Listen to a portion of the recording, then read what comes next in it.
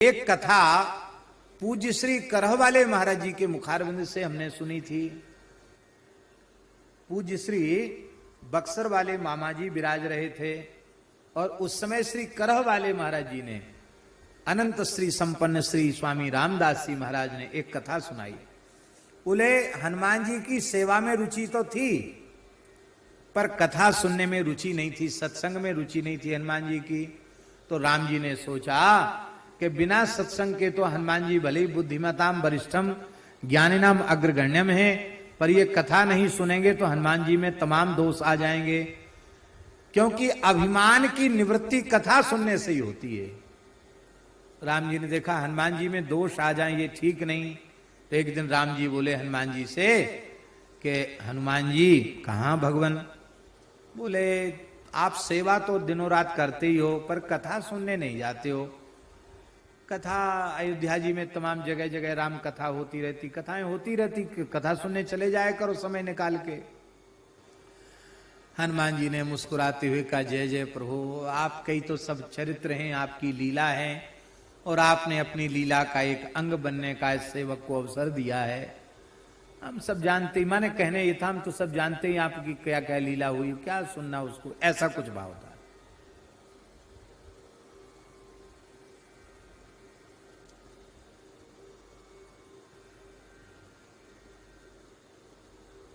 फिर भी राम जी ने कहा देखो हनुमान जी बात तो सही है पर कथा तो सुननी चाहिए, कथा सुनने से बहुत लाभ होता है।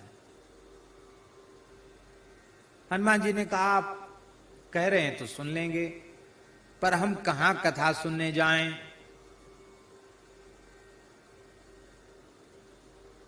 बड़ी समस्या है महाराज जी।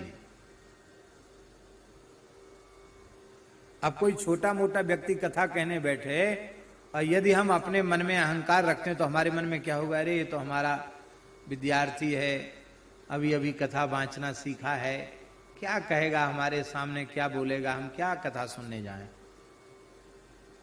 ऐसा भी आता ना वो मन में कहे उसकी कथा में हमको क्या जाना, हम क्या जाएं उसकी कथा में।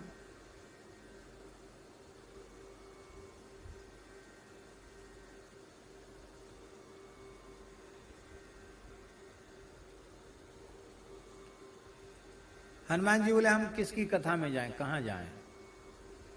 राम जी बोले नीलगिरी पर्वत पर चले जाओ, कागभूषुंडी जी महाराज रोज कथा कहते हैं, वहां कथा सुनो। हाँ ये आपने ठीक कहा, वहां चले जाएं कथा सुनने। माने सामान्य व्यास क्या सुनाएगा, वहां चले जाएंगे। हनुमान जी चले गए वहां। कागभूषुंडी जी कथा कह रहे थे। उस दिन सौभाग्य से लंका दहन का प्रसंग था तो कागभूषुंडी जी ने कथा सुनाई। बोले जैसे ही जामवंत जी महाराज ने हनुमान जी से कहा राम जी के कार्य के लिए तुम्हारा अवतार हुआ है, तुम चुप क्यों बैठे हो? पराक्रम करो, विक्रमस्व महाबाहो, विक्रम करो, विक्रम करो। हनुमान जी विराट हो गए। एक डग में उन्होंने समुद्र को पार कर लिया। उड़े नहीं, छलांग नहीं लगाई, इधर खड़े थे और एक चरण उधर रखा, समुद्र पार कर गए। भीतर वहां पहुंचे लंका में, माता जी के पास गए, विभीषण जी से मिले, फिर माता जी से मिले, जानकी जी से मिले। जानकी जी से मिले, सब संवाद हुआ। इसके बाद उन्होंने देखा ये बड़े उपद्रवी तत्व हैं, ये सब, इनको दंड देना चाहिए।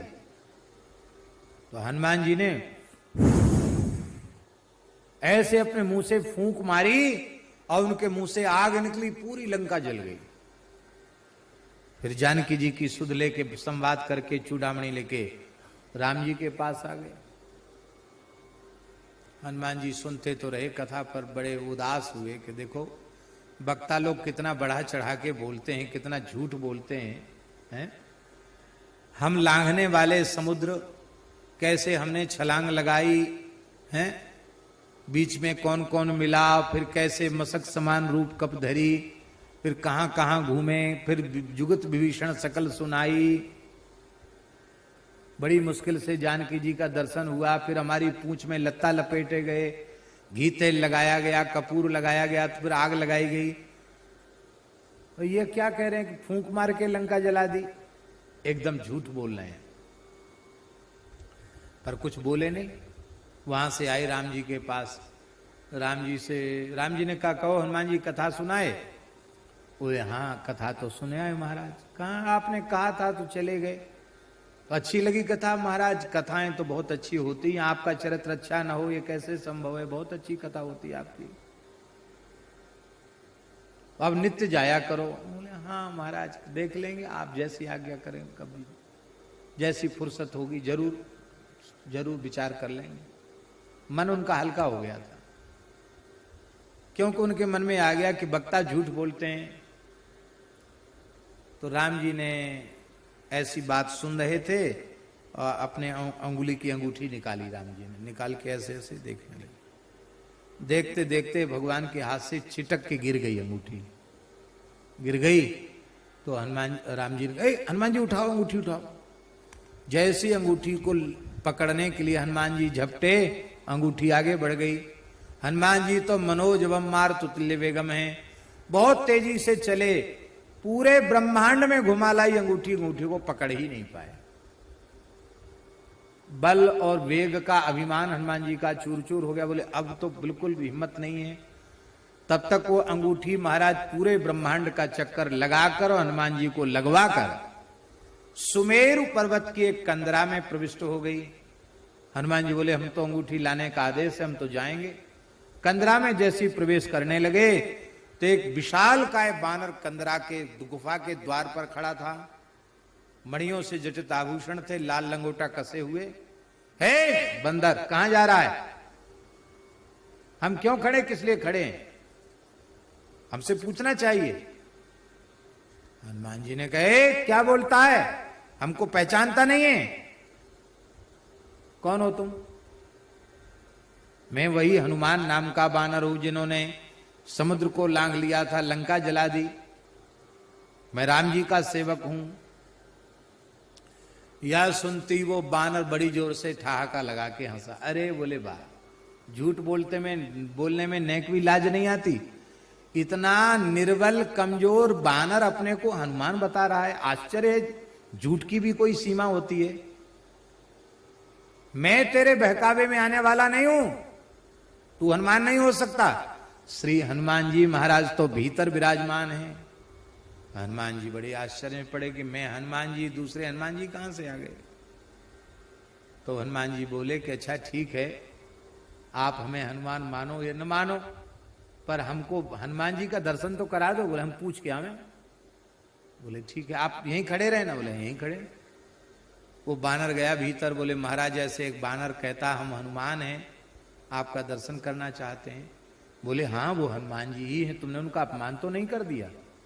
महाराज मैंने तो अपमान कर दिया, हम तो आपको ही हनुमान जी समझते। अरे नहीं, कल्प कल्प प्रति प्रभु अवतरे ही, चारु चरित नाना विधि करही। प्रत्येक कल्प में प्रभु का अवतार होता है। जब जब भगवान प्रकट होते हैं हनुमान जी सेवा में आते हैं। इस कल्प में जो राम अवतार हुआ उस कल्प के हनुमान जी तो यही हैं। जाओ उनको प्रणाम करके क्षमा मांगो, बड़े आदर पूर्वक उनको लेके आओ।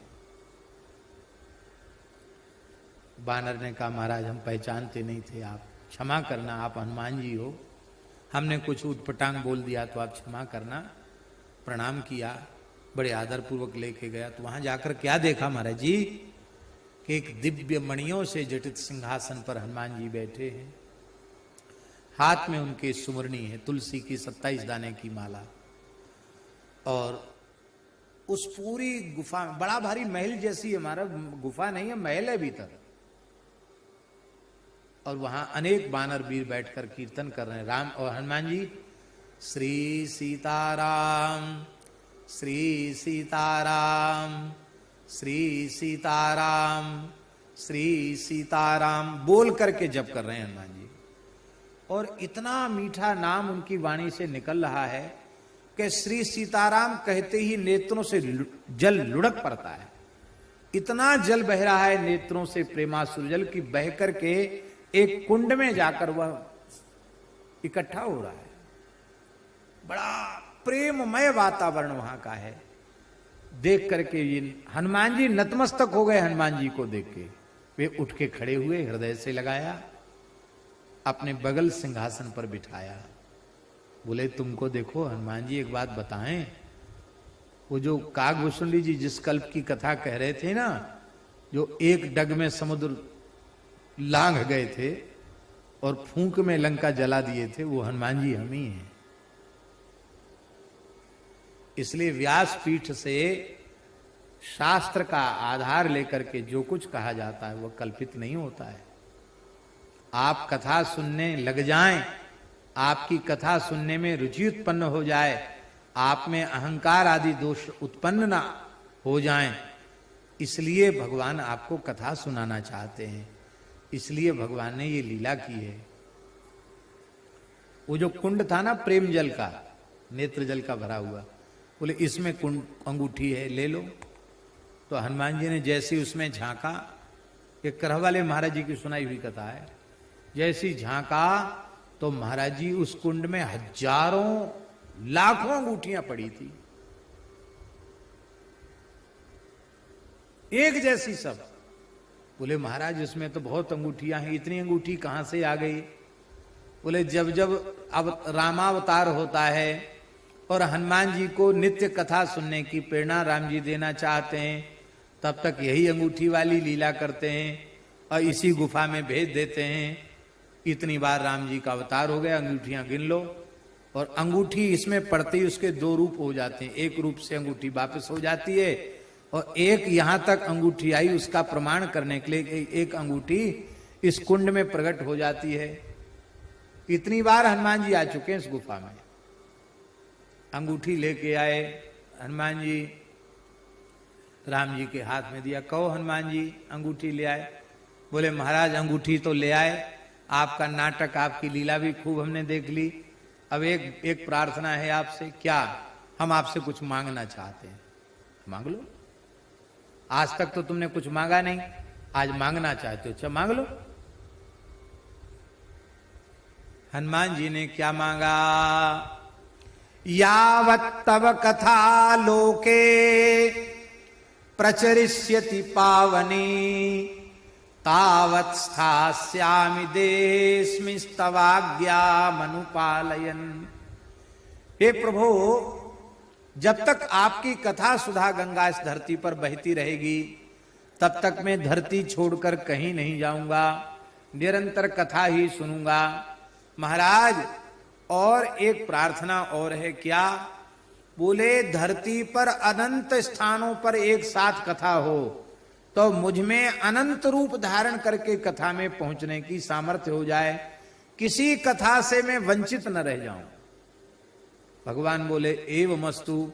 प्रत्येक कथा में श्रोता भले ही पीछे आवे, वक्ता भले ही पीछे आवे, कथा में सबसे पहले हनुमान जी की उपस्थिति